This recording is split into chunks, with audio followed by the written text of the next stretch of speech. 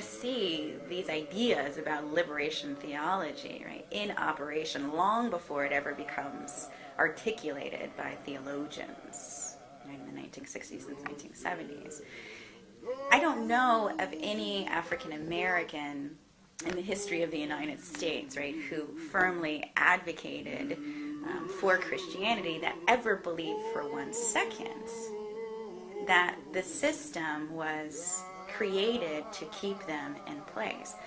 Black folk always understood Christianity as a means to liberation. They always, whenever they had the chance to stand up on a stage like Frederick Douglass, whenever they had the chance to write political pamphlets like David Walker, they always tried to emphasize the ways in which Christianity was in fact intended to free people from oppression, that it taught compassion, that it never advocated for a system of slavery and degradation.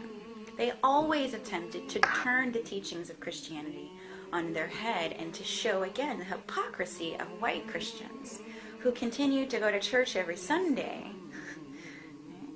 but then every Sunday afternoon would go back home and turn their backs on, again, the 4 million people who they converted, but kept literally in chains in the United States. So there's no disentangling, I think, the ideas of liberation from Christianity when you're talking about the black community in the history of the United States. To say I am a Christian is not enough. Why? Because the Christianity of the slaveholder is not the Christianity of the slave. The God to whom the slaveholders pray as they ride on the decks of the slave ship is not the God to whom the enslaved are praying as they ride beneath the decks on that same slave ship. How we are seeing God, our theology, is not the same.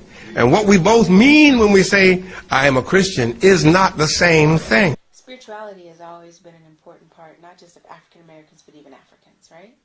So I think we brought that commitment to spirituality with us, right?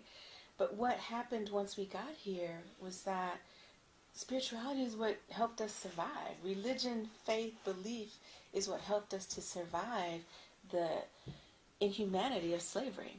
So it was that belief in the other side, right, that allowed people to sustain themselves in the midst of incredible hardship and cruelty.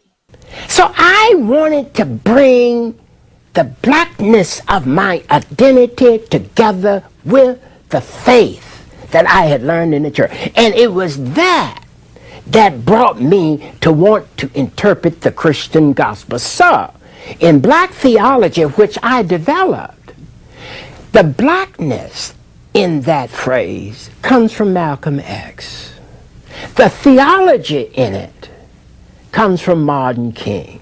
So I bring Martin and Malcolm together, the civil rights movement and the black power movement together in order to develop a black theology of liberation. As James Cone, who was the guy who currently certainly popularized the notion, it was taking a fundamental theological belief which people have adhered to for the most part, and use it as a tool for change. In the radical sense, a tool for revolutionary change.